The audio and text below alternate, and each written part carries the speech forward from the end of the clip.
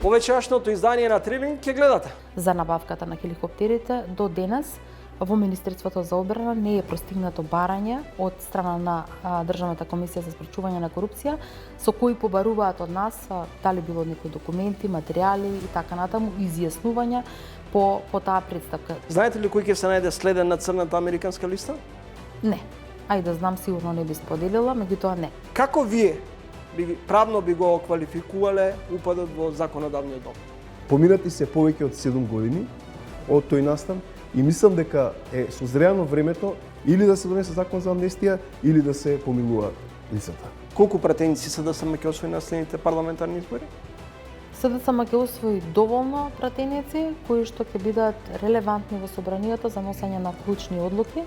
Денес имаме една ситуација каде што ВМРО да помене со една квалитетна програма, со квалитетни луѓе, со обединета, како никогаш до сега, ќе настапи нови избори и мислам дека е пред една убедлива победа.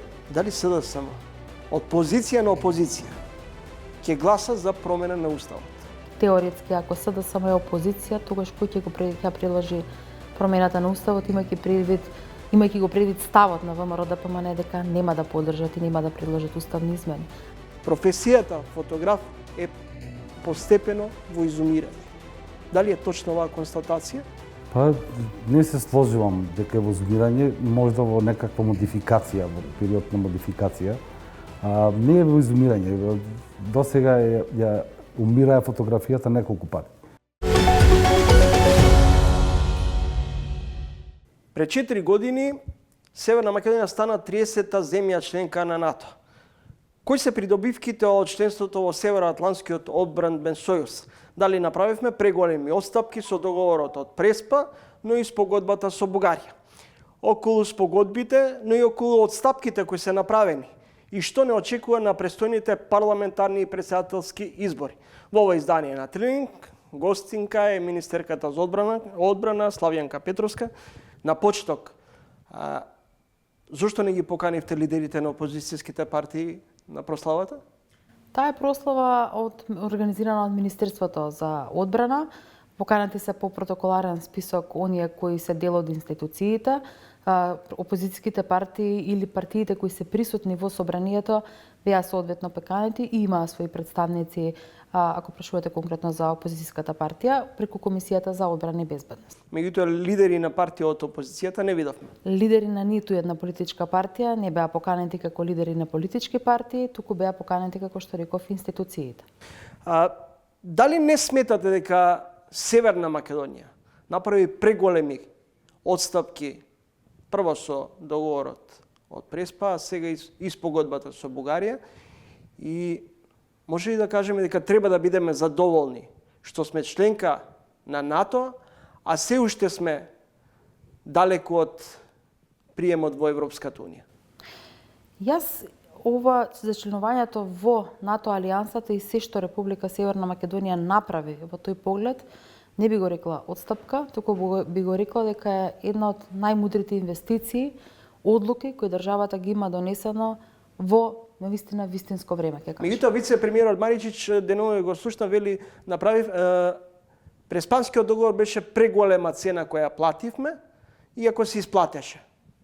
Затоа го нареков инвестиција. Инвестиција во иднината, инвестиција во безбедноста на државата. Ако видиме што се случува денеска на европско тло, ако видиме, зборувам, тука сметам, ја бројувам војната во Украина, која за жал и после 2 години е се уште активна, меѓутоа и потенцијално опасности кои се закануваат како такви. Колку сме безбедни како држава? Како држава, ако зборуваме за надворешни закани, можам да кажам дека сме безбедни. Зборувам за оние конвенционални видови на закани, не се детектираат потенцијални опасности кои можат да предизвикаат нарушување на мирот и стабилноста во нашата држава. Меѓутоа, тоа не е исклучено кога станува збор за сајбер нападите, на кои што бевме и сведоци. Така што тоа е еден комплексен систем. Веќе системот на одбрана не е само она што можеби до пред 10 на 15 години или повеќе сме биле навикнати да слушаме, а тоа се конвенционалното вооружување, конвенционалните методи на системот на одбрана. Сега веќе кога зборуваме за одбрана, зборуваме за еден поширок опсек и тука апсолутно ја вклучуваме и сајбер одбраната. Не знаевте или не умеевме како држава политички да го валоризираме членството во Алијансата или пак веќе свативте дека всушност кај обичниот граѓанин повеќе не може да ги придобиете симпатиите со тезата ние сме НАТО. И јас не би се сложила дека граѓаните не се свесни за тежината на тоа дека ние сме НАТО. Граѓаните имаат се уште голема поддршка и тоа го покажуваат последните меѓународни истражувања во поглед на јавното мислење, дека поддршката е се уште висока за нашето зачленување во НАТО и големиот дел од граѓаните сметаат дека не треба да истапиме од тој сојуз, затоа што на крајот од денот НАТО се смета како гаранција за нашата безбедност и стабилност и мислам дека граѓаните се свесни за таа клучна и голема предобивка. Не можете да зборувате за економски напредок, за развој на образованието, за развој на здравствениот систем или за било кој друг сегмент од човековото живење секојдневие наше, ако не ви е загарантирана безбедноста и стабилноста. И тука кога зборуваме за безбедност и стабилност, јас не би рекла дека постои цена која што може да биде платена или преголема ако добивате гаранција за таквиот вид на безбедност и стабилност. Европското небо станува полигон за одмерување на силите меѓу Русија и САД, смета професорот Методи Хаџијанев. Колку нападот во Москва и руската инвазија врз Украина се закана за стабилноста на Европа генерално, но и за Балканот, имајќи во предвид дека никој не исклучува денеска за руско влијание во регионот. Не, руското влијание не само што не се исклучува, туку е присутно и тоа го гледаме и тоа го чувствуваме во различни сегменти од живењето не само во Република Северна Македонија, иако сме членка на Алијансата, меѓутоа и во земјите од регионот, во окружувањето. Терористичките напади, јас навистина жалам за загубите кои беа предизвикани и невини и недолжни цивили загина во терористичкиот напад во Москва, меѓутоа сметам дека како такви она што изминатите години практично се трудиме и демократските земји се трудат е практично таа борба против тероризмот која го карактеризираме како најголемо зло, практично да биде што е можно поефикасна и се разбира многу повеќе да действуваме во превенција отколку да гледаме вакви случаи. Европа беше потресена во еден период во повеќе држави низ Европа кога се случуваат терористички напади, знаеме што се тие предизвикаа, какви човечки загуби, меѓутоа се разбира какви процеси пореметување на процесите во општествата. Дали тие би биле основа или причина да бидат предземени некакви действија од страна на Русија, апсолутно сметам дека нема основа за нешто такво. Кога велам действија, сметам на некој конвенционален тип на нарушување на безбедноста на европско тло, затоа што терористичките чинови, терористичките акти покажуваат и определена слабост во системот, во државата. Тоа значи дека државата ненавремено реагирала или ги немала информациите за тоа што се случува на нејзината територија, така што веројатно ќе треба пропустите да се гледаат и во системот во самата таа држава. Дали неодамнешниот хакерски упад на МЕПСО всушност предупредува дека имаме кревка заштита на виталните објекти? Тоа кажува и тоа праќа една порака дека системите, информатичките системи треба постојано да се надградуваат и постојано да бидат заштитувани на соодветен начин. Како земја членка на Алијансата, по дефиниција за оние кои не се пријатели на Алијансата, таквите системи стануваат според нив легитимна цел или цел за извршување на напади. Државите апсолутно имаат обврска пред се заради заштита на самите интереси, виталните интереси на државата, да преземаат мерки за градење на отпорност на таквите системи, се разбира и да учествуваат во нивната заштита. Тоа е сериозен предизвик. Во денешно време сериозен предизвик е да воспоставите систем кој ќе биде доволно квалитетен и ефикасен за да гарантира целосна заштита на информатичките системи во државата во различни сегменти.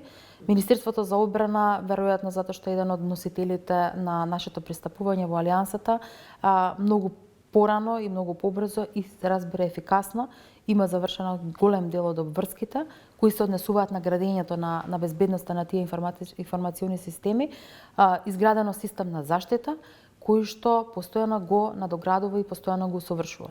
Особено многу важен дел, освен постојаното наградување во делот на хардверски и софтверски системи, значи купување на нова опрема, особено значаен сегмент се разбира и јакнењето или градењето на човечки потенцијал кој ќе управува, односно ќе ги менаџира тие системи. Ова, од позиција на министерка за одбрана и од она што го имам како слика за случувањата, ќе кажам дека во моментот е еден од сериозните предизвици, па дури би рекла и недостаток на ниво на држава.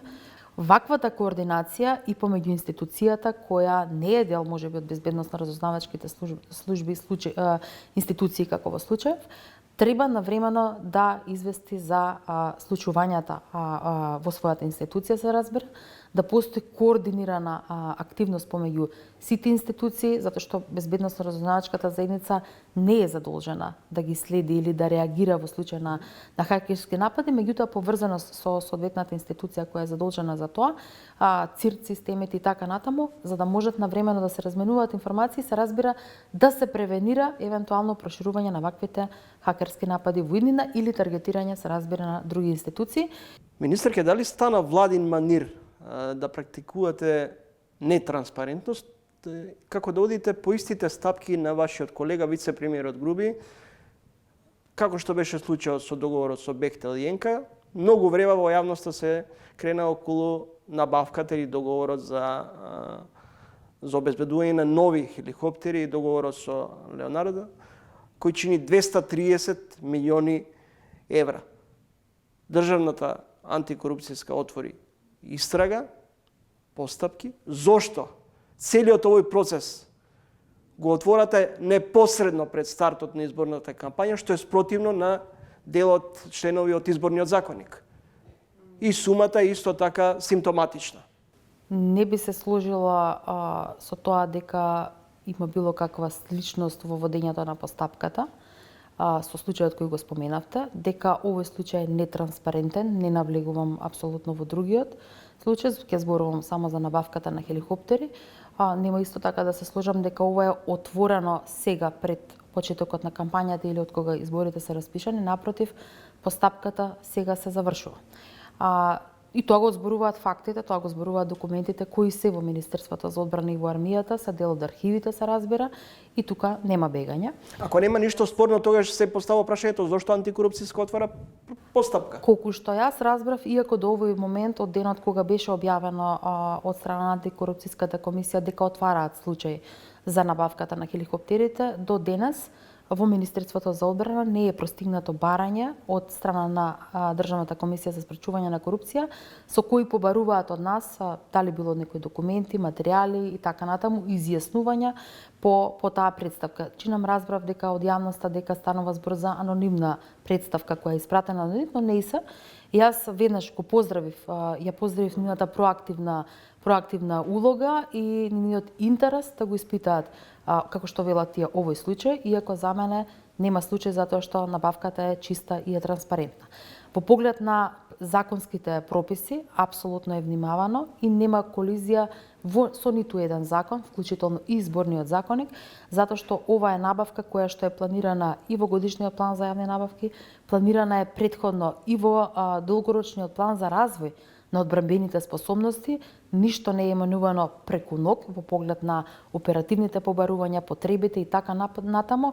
Напротив, она што е декларирано како потреба од страна на армијата, соодветниот интегриран проектен тим, таа задача, таа мисија е завршена и завршува со потпишување на договорот со компанијата која што е избрана. Јас кажав дека разбирливо е, иако кога зборуваме за јакнење на националните капацитети, тука го тргам на страна нашето членство во Алијансата, стратешките интереси, но јакнење на националните капацитети на армијата, на државата, сепак малку нешто во мене се надеваше дека ваквиот тип на набавки нема да бидат злоупотребени во пресрат на изборите. Изминатиот период ние имавме многу набавки за кои што опозицијата се согласи и впрочем согласањето на долгорочниот план, тој е документ кој патем не е документ само на владата или на министерството. Во процедура минатата година токму овој долгорочен план за развој на одбранбените способности беше усвоен во собранието со поддршка на опозицијата. Дали тоа значи дека и опозицијата биле запознаени дека планирате да направите набавка на хеликоптер? Апсолутно да. Во овој документ што ви го спомнувам, на страница која што е посветена за развој на воздухопловната компонента, стои цел еден пасос кој што го отсликува ова што јас сега го зборувам, односно е дел на набавката и вториот момент е на Комисијата за одбрана и безбедност, бидејќи согласно процедурите, откако владата ќе усвои договор влада со влада, информација за потребата од склучување на ваков договор, пред договорот да биде склучен, Министерството за одбрана испраќа информација до Комисијата за одбрана и безбедност, се свикува седница на која што јас присуствував, имаше представници од опозицијската ВМРО-ДПМН кои јасно, и тоа се гледа во записите од таа седница, кажаа дека со ништо нема да го попречат овој проект, меѓутоа изразија определени задршки или определени прашања кои подоцна на истата таа седница од страна на членовите на Комисијата за набавки, која е составена од стручни лица од армијата, беше презентирано целиот концепт, беше направена презентација на тоа што ние набавуваме, што впрочем беше направено и ден претходно на брифингот со новинари кои го имавме. Така што јас тука не гледам елементи за тајност или нетранспарентност, напротив, сметам дека целата постапка беше спроведена и транспарентно и јавно, но секако тоа не значи дека Државната комисија за спречување на корупција нема право, напротив, имаат законска надлежност, имаат и обврска и Министерството за одбрана, како што реков, стои на располагање да одговори на сите нивни дополнителни прашања или барања кои ќе бидат доставени до нас. Следите Трин, гостин во емисијата, министерката за одбрана и носителка на изборната единица број 6 од редовите на СДСМ. Министерке, овој втор дел од разговорот ќе го посветиме за изборите. Носител сте на изборната единица 6, заедно со Агрон Демири. На почеток, зошто пропадна обидите за мултиетничка коалиција? Зошто ви извиси ДУИ пред се? Не би рекла дека не извиси, јас би рекла дека предзнакот мултиетничка СДСМ го носи во себе многу одамна, затоа што сме единствената политичка партија која во нашата држава промовираше едно општество за сите. Али Ахмети, лидерот на ДУИ, го шири фронтот, па добива поддршка од Мендух Тачи и од ДП и останатите партии, а при тоа ви даде црвен картон во однос на понудата од лидерот ваш Ковачевски заедно да настапите на изборите. Не би рекла дека даде црвен картон. Тие се дискусии кои што се многу нормални да се водат помеѓу политичките партии во Република Северна Македонија, ако наоѓаат заедничка точка на интерес. Мене ме радуваат барем изјавите. Што беше причина да се разедините? По прашањето на Европска Унија нема разединување, барем она што можеме да го видиме од изјавите, во поглед на бројноста или окрупнувањето на фронтовите или коалициите, како сакате, председателот на Социјалдемократскиот сојуз Димитар Комачевски потпиша коалиција со нашите досегашни коалициони партнери, зборам во коалицијата на СДСМ, која по бројност, ако гледаме, ќе сватиме дека е побројна од оние кои што се формално во така наречениот Европски фронт. Но ве напуштија делот до вчерашните коалициони партнери, бидејќи не се согласуваат со политиките кои сте ги воделе последниот период. Веројатно, и се приклонија кон ВМРО-ДПМН. Веројатно или доцна сватиле дека не се согласуваат со политиките на само 2 месеци пред изборите, тоа ќе треба веројатно со нив да го разговарате, затоа што оваа коалиција во која што тие беа дел функционираше 7 години. До сега истеравме неколку изборни циклуси во кои што тие беа дел. Веројатно, повторно ќе кажам, не би сакала да ги коментирам нивните одлуки, јас ги почитувам нивните одлуки за тоа колку се издржани или не се издржани. Мислам дека граѓаните ќе имаат можност да проценат. Социјалдемократскиот сојуз, како што кажа, во овие особено 7 години по доаѓањето на власт во 2017 година, на што претходеше еден тежок период на режимско владење од 11 години на ВМРО-ДПМН, се соочува се со сериозни предизвици за враќање во нормала на државата која што беше буквално разрушена, би рекла, од претходниот режим. Дали постои простор за подобрување? Дали некои од процесите можеле, зборам сега овие реформски зафати и политики креирање, дали можеле да бидат подобри? Апсолутно да. Дали ќе бидат подобри? Апсолутно да. Впрочем, затоа излегуваме на овие избори не само со листи, не само со програма, туку со цела една идеја и концепт како тие да ги подобриме последниот мандат. Низа последни неколку анкети покажува дека ВМРО-ДПМН е во значителна предност наспроти СДСМ. Дали СДСМ се спрема за опозиција? Не. Ако се спремаме за позиција, нема да излегуваме пред граѓаните со програма и со идеи за тоа што треба да направиме и превземање на обврска, што треба да направиме по парламентарните избори и председателски. Анкетите се тие кои што се, ги гледаме, меѓутоа ситуацијата на терен не стои баш така како што велат анкетите. Кога ќе започнете разговори со граѓаните во и неформални средби и така натаму, да, практично ја осликуваат реалноста, меѓутоа исто така граѓаните се свесни за концептите кои ги нудат политичките партии во Република Северна Македонија.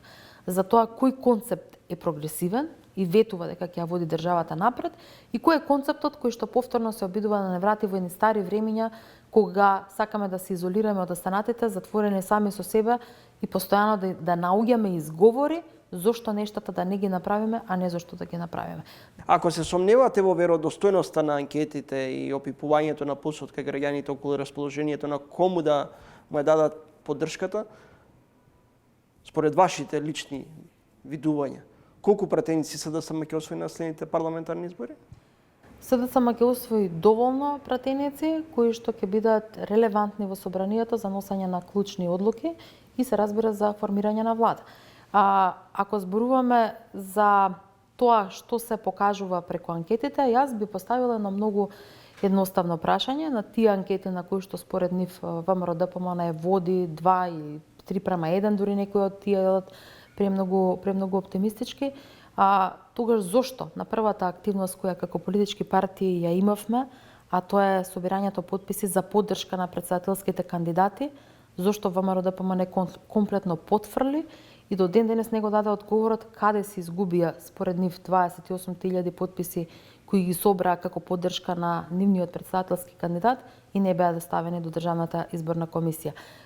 Се изгубија некаде. Зошто? Не беа валени, не беа како што треба собрани или некоја друга причина.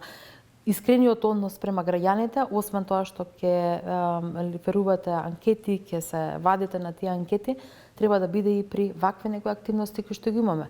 Знаете како, да го соберете членството, мотивирате симпатизери и така натаму, а при тоа на крај додите само со потписи од претеници, помалку е нечесно према граѓаните. Дали СДСМ од позиција на опозиција ќе гласа за промена на уставот?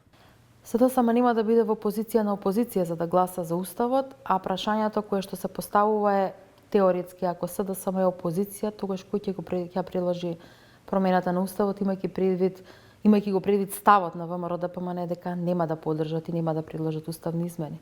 Дали тоа значи дека ВМРО-ДПМН преку ног ќе го смени својот став и ќе каже дека да, ќе предложиме уставни измени заради европската интеграција на нашата држава, нешто кое што денеска го негираат и сметаат дека не сме да се случи во државата.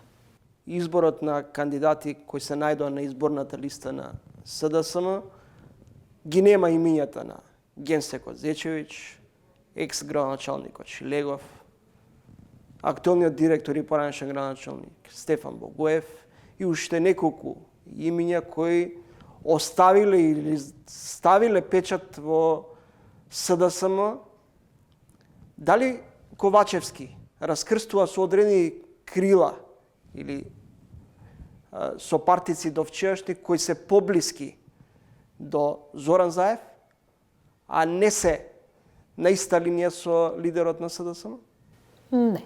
Прво, таква поделба во партијата јас не сум ни видела, ниту сум почувствувала дека постои поделба на луѓето на Ковачевски, поделба на луѓето на Заев, па ако се враќаме назад, тогаш ќе имаме поделба на луѓето на Шекеринска, на Бучковски и така натаму. Не. Она што листите се одраз на анализи кои беа направени од страна на раководството, во кои сите овие кои ги напоменавте учествуваат и се дел од тоа раководство. Сите кои ги споменавте и многу други се мои драги партиски другари, со некои од нив и со тек на времето станувате и пријатели, и тие имаат свое место во Социјалдемократскиот сојуз на Македонија, имаат свое место во општество и во оваа држава. Нешто направиле, некои од нив допрва ќе прават големи проекти, би рекла, за државата и за граѓаните, така што секој ќе си го најде своето место, не мора да бидете на листа за да дадете допринос за исполнување на идеологијата на Социјалдемократскиот сојуз на Македонија.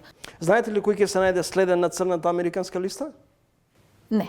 Ај да знам, сигурно не би споделила, меѓутоа не. Таквите информации, иако едно време во јавноста се создаде фама дека некој нешто знаел, па кажал и подкажал, таквите информации не се споделуваат со носители на јавни функции во нашата држава, ниту со било кој. Тоа се одлуки кои ги носат институциите на Соединените Американски држави, имаат причини зашто тие ги носат, можеби понекогаш во јавноста кај нас се сметаат или дека се можеби преригорозни и така натаму, меѓутоа јас сум длабоко убедена, познавајќи го начинот на кој тие институции работат, дека има причина зашто таквите одлуки биле донесени и тие всушност треба да бидат не само поздравени од нашата држава, од граѓаните, од институциите, туку треба да бидат и своевиден аларм дека институциите кои се задолжени за спроведување на правото во нашата држава, може би затаиле, ако зборувам во случај тие лица кои се наоѓаат на тие црни листи, немаат соодветни кривични обвиненија и во нашата држава.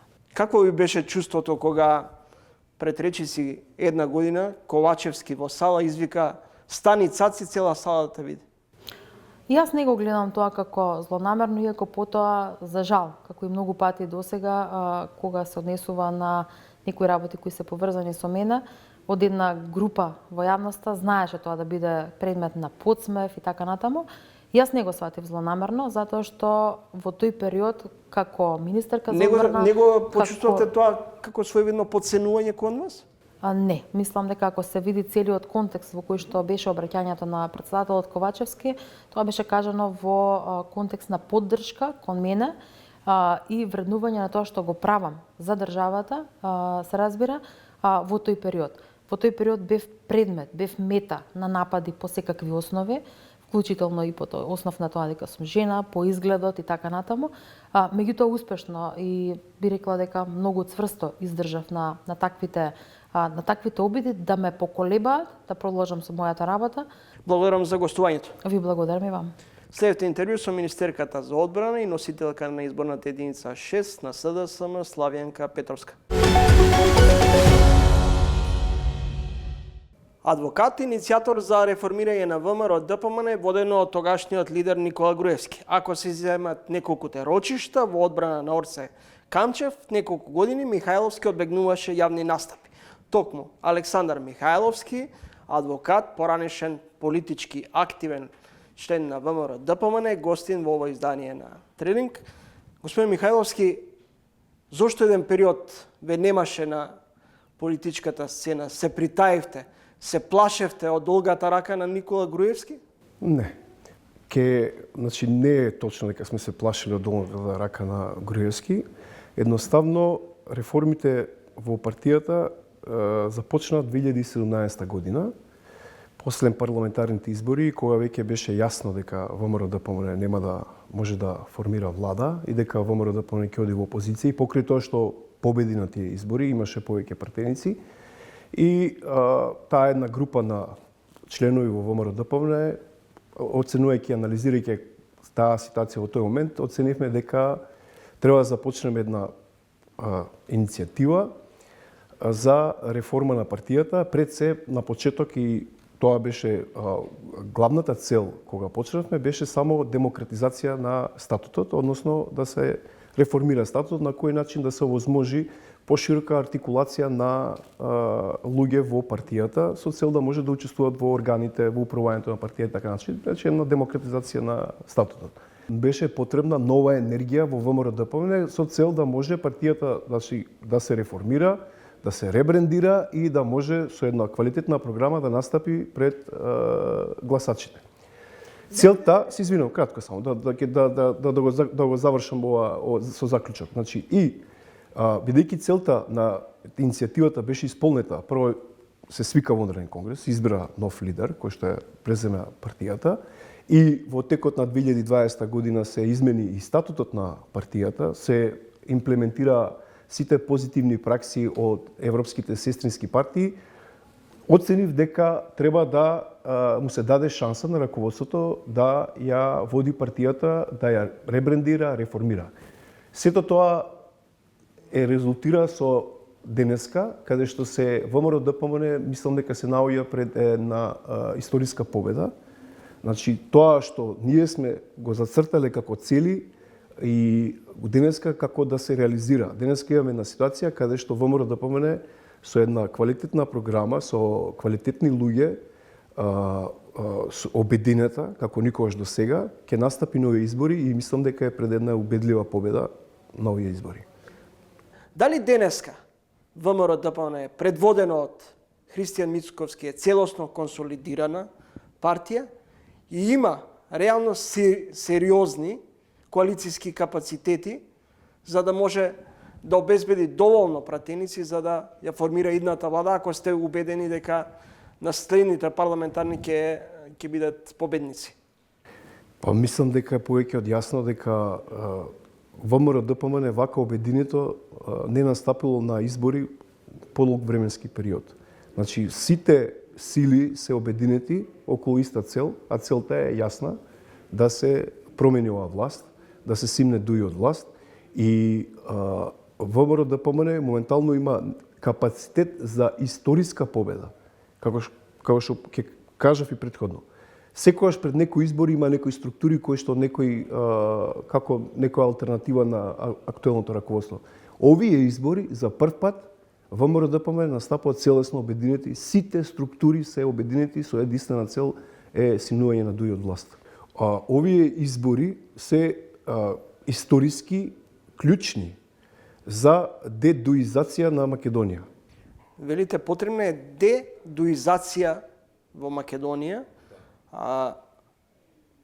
Дали тоа значи дека во ниту еден случај Дуј нема да биде коалицијен партнер на ВМРО-ДПМН ако победи на изборите? Ако ја би одлучил, ја не би го земал во ниту еден случај. Затоа што начинот на кој што владееше Дуј изминативе 7 години во Македонија, целосно разградување на институциите, значи деинституционализација на Македонија со цел спроведување масовен грабеж, насушно е потреба да се смени Дуј, да се после 20 години власт, време е дојдено да заминат во опозиција и за работи за кои што постојат докази, сомнежи, индиции, да се преземи одговорност.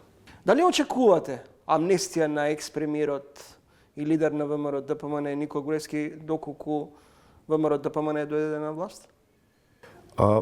Мислам дека таа тема веќе не е интересна. Никола Груевски не е премиер веќе 10 години на државата и не е во Македонија веќе 7 години. И не е лидер на ВМРО исто веќе 6-7 години. Мислам дека Никола Груевски не е тема актуелна за овие избори. Овие избори темата е криминалот и корупцијата во кој што тоне Македонија. Оваа избори е темата МНАВ инцидентот што се случи кога се наруши безбедноста на летањето во Република Македонија, неограничената неодговорност на политичарите во Македонија, тие се темите на кои што треба да се занимаваме овие избори и како тоа да се промени на овие избори. Професор Гордана Сејановска, председателски кандидат на ВМРО-ДПМН, во ова студија пред речиси 2 недели, рече дека ако биде избрана за иден шеф на државата, ќе потпише указ за амнестија на осудените од 27 април. Говорам за упадот во собранието. Како вие правно би го квалификувале упадот во законодавниот дом?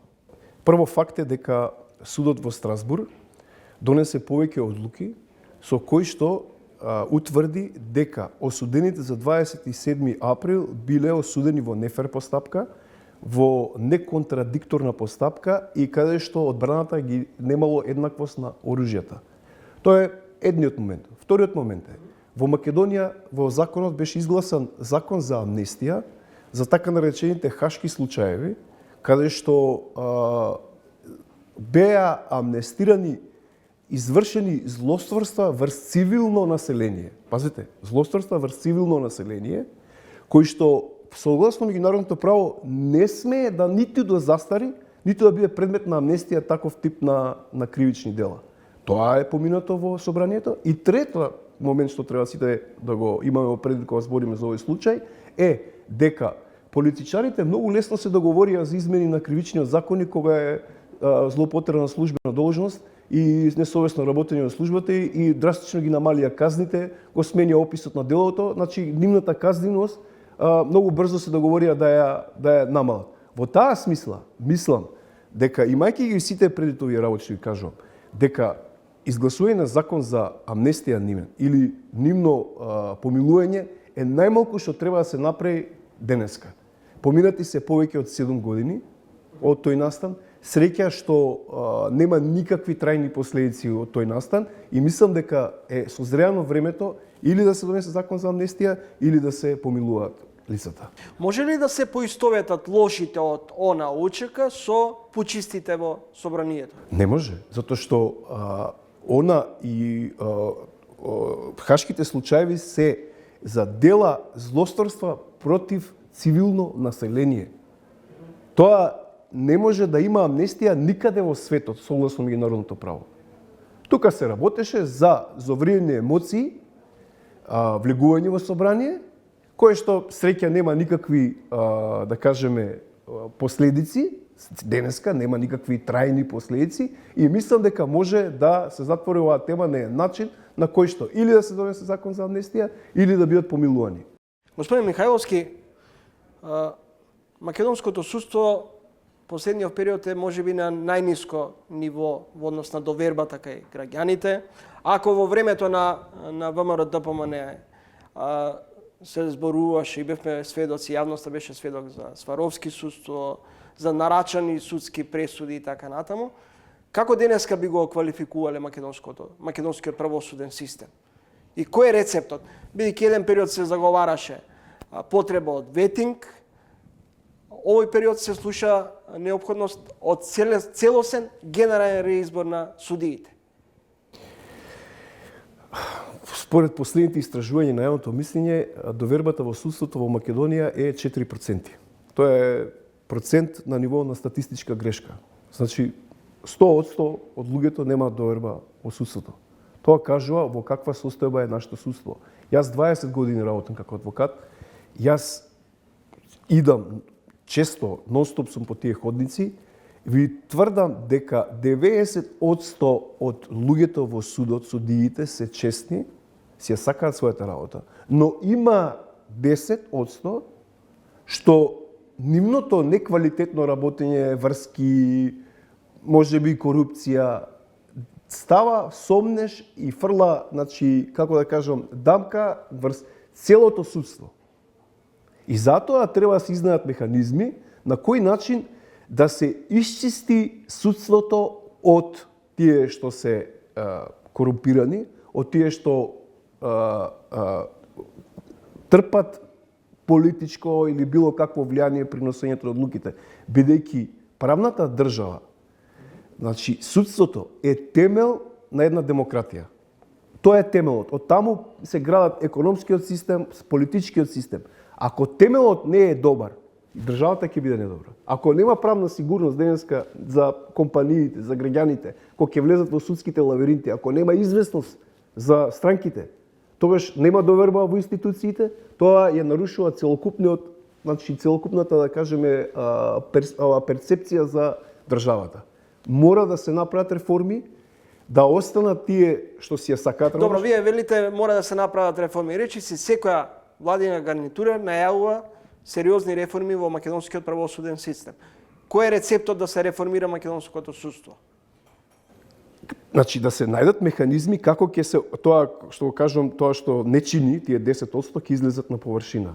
Ветинг е еден од начините. Ако се утврди дека некој обвинител имал плата 1000 евра, има имот 1.000.000 евра, значи треба да се утврдат кај му е тој имот. Значи, ако се направи таков ветинг, да се провери имотната состојба на сите што се вклучени во судството, точно на површина ќе излезат тие што ја злоупотребувале функцијата во судството, а и тие што си работеле честно. На тој начин ќе може судот, ако се ослободи од таквите кадри, верујте ми дека радикално ќе се сменат состојбите во судството. Како вие ги доживувате најавите, например, од ВМРО-ДПМНЕ, дека кога ќе дојдеме на власт, сите ќе одговараат за криминал, корупција, за затајување на данок. Од позиција на власт. Дали тука имаме мешање меѓу извршната и судската власт?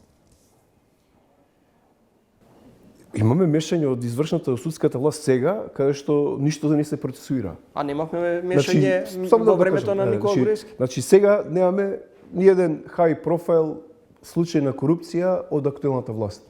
А медиумите, ако ги отвориме, се преполни со вести за корупција на секој чекор, тендери наместени, плячка невидена во сите институции. Нема нити еден случај што се процесуира. Значи, точно дека има судството влијание, но влијание има од извршната власт да не си ја работи веројатно работата во овој момент. Што може ВМРО да направи? Да го ослободи, да ги ослободи органите, само си ја работат работата.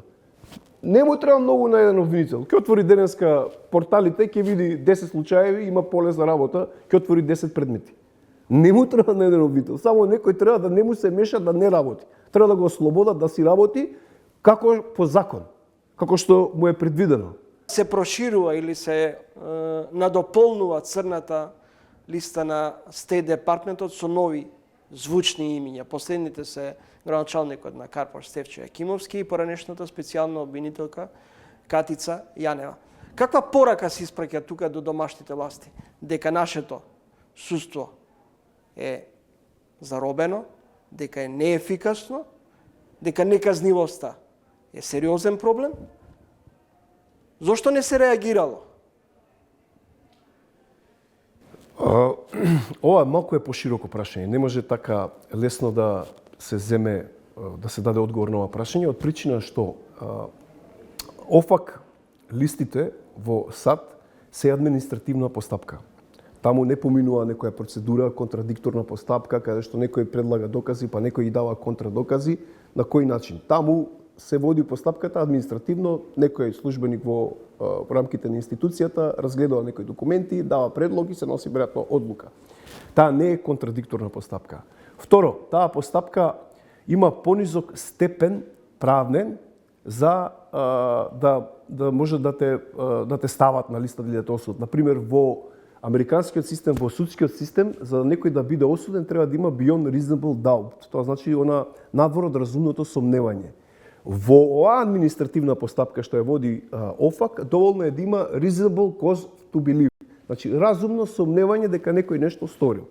Значи, таа е, да кажеме, понизок степен на убеденост во одговорност на некој лице за да може да се изрече таа санкција. Сега, ако веќе има стратешки договор меѓу Македонија и САД и нормално ние имаме стратешко партнерство со САД, тие индикации треба да се транспортираат тука, но мора да одат во соодветна постапка, за да не се наруши системот, македонскиот систем на правда. Значи, ако ке нас имаме, согласно Уставот, имаме презумпција на невиност, имаме поделба на законодавна, извршна и судска власт, имаме неприкосновеност на слободата, имаме неприкосновеност на правото на собственост. Значи, имаме уставно загарантирани права кои што ги имаат македонските граѓани и кои што мора да се испочитуваат. Доколку има индиции за вмешаност, таква како што донел некој одлука, некој орган во САД, тие докази, тие документи треба да се достават до македонските органи. Си имаме ние органи обвинителство, судство, значи без разлика тие постапуваат не само замислите на партнер како САД, туку тие постапуваат и по допрен глас. Не е тоа, господин Михајловски, не е тоа спорно. Спорно е зашто до сега надлежните институции не реагирале.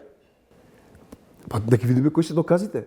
Значи се стават, да ги видиме доказите, ќе се достават до обвинителство, ќе се достават до судските органи и ќе се отворат постапки, кај што има основ. Тоа се да кажа, значи во тие дезигнации, значи тоа ставање на тие црни листи, нема контрадикторна постапка. Значи треба да видиме кои се тие докази, на тие луѓе да им се даде право да можат да се бранат, да можат да си ги достават своите аргументи. Треба да видиме кои се и да кога ќе се во една контрадикторна постапка да може да се утврди дали се основано или не основано. Господин Михайловски, почнавме околу престојните парламентарни избори, вашите видувања околу ВМРО ДПМН. Денеска и завршуваме со прашањето дали ВМРО ДПМН како идна власт, ако победи на изборите, ќе ги спроведе уставните измени и внесување на бугарите во преамбулата? Ова е многу тешко прашање, не од аспект дали ќе се направи промена или не промена. Знаете што е, граѓаните у Македонија изгубија доверба во цела оваа, да кажеме, Европска унија политика која што се 30 години се води во Македонија. Многу пати граѓаните направија отстапки, реформи и се со цел да се отворат преговори со Европската унија. И до сега, помина 30 години, истата мантра, Европска унија, Европска унија, Европска унија, Европска унија, се направија толкави отстапки и се уште ние немаме почеток на преговори за Македонија. Посна ќе почне преговори, што е далеку полош економски и политички систем, Македонија не може да отпочне. Проблемот е што македонски граѓани имаат изгубено доверба. И како европските политичари ќе ја повратат довербата кај македонските граѓани да ги убедат дека ако и оваа отстапка се направи, дека Македонија конечно ќе го почне разговорите, преговорите за Европска унија. Како да ги убедиме граѓаните? Дека ако се промени уставот и дека на тоа ќе биде последниот предуслов за Македонија вистински да го зачекори патот кон Европска унија. Сите сакаме Европска унија, но кога и како? Благодарам за гостувањето во емисијата. Благодарам на поканата. Како еден студент на електротехничкиот факултет стана еден од најдобрите фоторепортери и фотографи. Во новинарството е повеќе од 2 децени. Има добиено многубројни меѓународни и домашни признанија. Последната награда во низата награди е Никола Младенов, еден од најдобрите македонски новинарски пера кој веќе не е меѓу нас. Личност и професија посветена на фотографијата. На сликата што е живот или е живот што е кадриран. Тој, волшебен круг, преку 2 децении го магепсува и станува зависник од емоциите што се регистрираат на настани личности низ фотографиите кои ги прави токму вечерашниот соговорник Томислав Ѓорѓиев. Господин Ѓорѓиев, најпрво благодарам што дојдовте во емисијата. Честитки за наградата Никола Младенов. И на почеток, што доминира при одлуката да фотографирате? Емоцијата или да регистрирате слика која многу повеќе ќе говори од текст? Прво ви благодарам за честитките за наградата. И да, многу е повитно да ја регистрирате емоцијата, него да документирате фотографии. Иако некогаш е многу потребно да ги имате тие фотографии, но сепак од еден било каков настан, една фотографија има стално што го илустрира најдоброто и настан. Јас сакам да верувам дека во било која ситуација можете да креирате таква работа и ако успеете да ја фатите емоцијата и да бидете различни од оној наплив на милион фотографии кои дневно ги гледаме, не само од новинари, туку и од луѓе обични на социјални мрежи, да правиот рецепт е тоа, да направите таква фотографија која е автентична и во себе содржи емоција, а уште повеќе ако има и порака, тоа ще ја постигнале вистинската цел. Како го гледате денес политичкиот и општествен амбиент низ објективот? Видете, денес гледаме премногу. Тоа на модерното зборување го нарекуваме спамирање. И мислам дека има премногу, поготово пошто живееме во свет каде што информациите прво стигаат во визуелниот свет како фотографии, како видеа. Политичарите мислам дека малце, поготово на социјалните мрежи, претераа во тој наратив на себе промоција. Иако не зборувам само за изборни кампањи, нели сега сме пред избори, тоа е нормално да го имате, ама ние ги добиваме тие такви информации секојдневно, така да мислам дека е тоа премногу за еден обичен гледател и вкупно мора да ги изгледа сите не знам такви информации за да донесе некако заклучок за било која вест. Во едно неодамнешно ваше интервју ќе речете и фотографиите грешат. Кога? Баш на доделувањето на наградата кажав тоа е егоистична професија. И сега некогаш не може да се инволвирате секако во документарна фотографија, морате да сте присутни на терен. Морате да го документирате нештото на најточниот начин, да го пренесите за гледачот да има правилната информација. Се некогаш ви имате своја емоција, колку и да сте зад камера, некои работи. Ќе ви кажам еден пример, например, кога бевме центар на breaking news за мигрантската криза, имаше премногу емоции, пошто вклучуваше многу мали деца. Тоа се случуваше на нашата граница со Гевгелија, имаше неверојатни случаи. И тоа те погодува, те фаќа на крајот на денот. Фотографијата е вест. Но може ли понекогаш фотографијата поточно да испрати лажна вест, да се злоупотреби фотографијата во негативен контекст, а пораката првична на фотографот била сосема поинаква. Идејата, намерата била поинаква. Точно така, да, може да пренесе таква вест. Сега случајот со тие лажни вести е уште повеќе во визуелниот свет, во мојот свет на фотографијата, и уште повеќе зголемено затоа што вештачката интелигенција сега генерира такви фотографии кои се од лани до сега сериозен помак има направено, толку се автентични што обичен гледач не може да запримети дали е нешто вистина или не. И се разните дебати како тоа да се отклони или како да се стави во некакви рамки. Ама да, ево ќе ви кажам и пример. Имаше една фотографија која во дневен фокус во своевремено се викаше нарачани пратенички прашања. И во тоа време беше, ја се потпишав таа фотографија, може било што да ми направат, да ме тужат и така натаму. Тоа беше фотографија која реално не може никако да се изманипулира, не може да биде монтажа. Ама стои човек со име и презиме на тоа. И ќе ви кажам уште еден пример, во денешно време имаше еден познат фотограф кој е фотограф бивши на Magnum агенцијата, исто на National Geographic, кој направи со Artificial Intelligence приказна. Значи, пишувате вие текст, а тој ви генерира фотографии. Тој направи таква репортажа, што вие реално не можете да видите дека не се случува тоа. А тој беше своевремено, само да ви кажам технологијата како напредна, своевремено тоа беше контраверзен во тоа време, затоа што во 2011 ми се чини дека во Либан револуцијата се сликаше со iPhone. Во тоа време беше многу контраверзно тоа и он доби светски награди со таа сторија, со таа репортажа сликана со телефон. Дали во Македонија има медиумски папараци? Колку нашите политичари, бизнисмени, па и актери, уметници сакаат да бидат сликани, фотографирани? Или сепак преферираат да си ја задржат приватноста? Мислам дека сите преферираат да си задржат приватност, иако беше тренд пред некоја година да некој виртуелно сакаше да биде вест, па иницираа фотографии такви, веќе смислени, изрежираа такви ситуации. Мислам дека повеќе не. Иако са пак дистинција на јавна личност, кој смеете да фотографирате, кај нас мислам дека не можеме да зборуваме за премногу славни личности, кај нас политичарите се најславни. И мислам дека не постои како тренд, веќе заврши пред 5-6 години.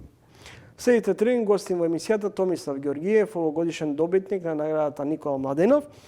Заедно имаат над 100 години стаж. Секој ден со себе носат по 15 килограми опрема по сите временски услови. Со нивните илустрации ги оживуваат новинарските текстови и раскажуваат приказни за војни, убиства, но и за неповторливи голови од светски првенства. Дел се од парламентарни и председателски избори. Да видите само фотографија, текст не е понекогаш потребен. Може би Ќе набројам неколкумина искусни и веќе докажани фотографи. Георги Личовски, Роберт Атанасовски, Слободан Ѓурич и вечерашниот соговорник Томислав Ѓоргиев. Момчето од Битола, кој студирал електротехнички и заврши со фотоапарат во раката. Зошто се откажавте од електротехничкиот факултет, кога денес во ова време токму оваа професија носи многу повеќе предизвик отколку фотографите. Јас едно постаро интервју најдов каде што еден од вашите колеги констатира професијата фотограф е постепено во изумирање. Дали е точна оваа констатација? Па не се сложувам дека е во изумирање, можда во некаква модификација, во период на модификација. Не е во изумирање. До сега ја умира фотографијата неколку пати. Се сеќавате, прво беше кога се појавија дигиталните фотоапарати, ги снема филмовите. Сега ретко кој фотографира на филм или на слайд. Сега по ново време мобилните телефони станаа мали мини камери со сериозни резолуции. Па исто одумираше фотографијата како занимање. Ама да, јас тоа го кажувам во интервјуто, мене хобито ми стана професија. Нели ако сакате својата професија, нема да работи ниту еден ден, ќе ви биде нели хоби се работи нешто, некакво хоби ви од љубов. Мене ми стана професија, баш затоа бев абсолвент на електротехнички факултет. И да, во тоа време не планирав да се занимавам, мислев да работам во Фокус, кај што се уште сум од 99-та година. И мислев да работам некои 3-4 месеци, планирав да патувам низ Европа. И тоа ќе ми беше дополнителен хонорар. Ама новинарството е такво да не остава на крајот на денот, влегува под кожа и станува пасија. И тоа беше пред 24-5 години. Значи, се уште хобито ми стана професија. Значи, многу го сакам тоа што го работам со неверојатна страст, пошто во оваа професија ќе бидете толку добар колку што работите со љубов. Во моментот кога нема да изгубите, ќе изгубите емоција и нема ништо да ве покрене за да направите добра фотографија, пошто фотографите може да седат 8 сати да чекаат една фотографија која ќе биде неверојатно добра и да изгубат тотално слух за времето што го поминале, да им помине многу брзо. Така да, го сакам тоа што го работам. Цели екипи работат во разузнавачките служби и политичките табори кои дешифрираат веродостојноста на сликата, кадрот и профилот на сликаните. Дали сте препознале некоја ваша фотографија залутана некаде, а без при тоа да ве консултираат, да побараат одобрување за објавување? Да, многу често, да. Јас бев еден од главните поборници уште пред многу години за тие авторски права, пошто логиката на нештата вика дека вие не можете да продавате било каков производ ако нема цена. А луѓето мислат ако некоја фотографија е видат на интернет и на Google дека тоа е слободно за користење. Така да го артикулирав тој иако се уште постојат портали кои веќе немат никаков однос. Значи, ќе ви илустрирам една фотографија со еден двокатен автобус со црвен чадор е првата илустрација. Таа е направена пред скоро повеќе од 12 години. Веќе порталите толку, таа е моја фотографија. Толку се украле, веќе не знаат на каде е, на чија била фотографијата.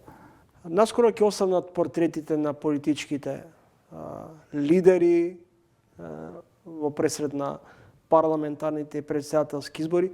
Какви пораки или што се треба еден фотограф да долови од фотографија на еден кандидат за пратеник, кандидат за иден премиер, за претседател на државата?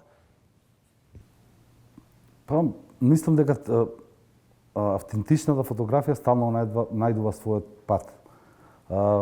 Премногу сме виделе стерилни фотографии, сликани во студио, и не можете да добиете никаква емоција.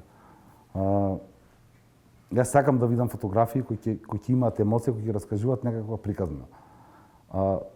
Портретите може да ги направи било кој да си повеќе или помалку успешни, Ама ако не кореспондираат со пораката што ја праќаат политичарите, тоа би ја утнале темата и ќе утна темата. Англискиот фотограф Нелсон Силва успеа да ги сними принцот Вилијам и Кейт. Колку вреди една таков албум на пазарот или на YouTube? Па, мислам дека да, пошто во Англија се уште живеат добро, да Сан од типот на такви вестници со жолта штампа и луѓето сакаат да ги видат кралските семејства секогаш.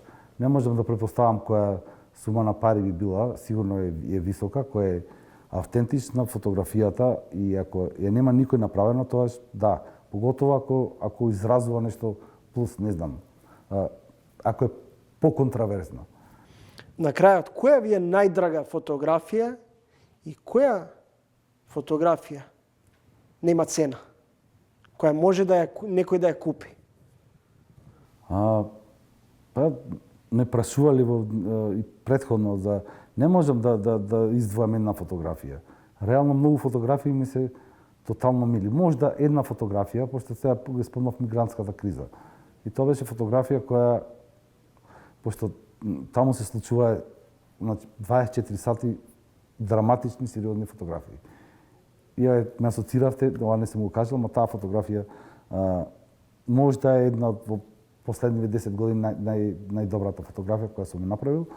А тоа беше еден страшно напорен ден со многу, имаше тепање на граница, имаше страшни драматични моменти и едно време напуштивме ние, моравме да пратиме фотографии на агенции и по редакции.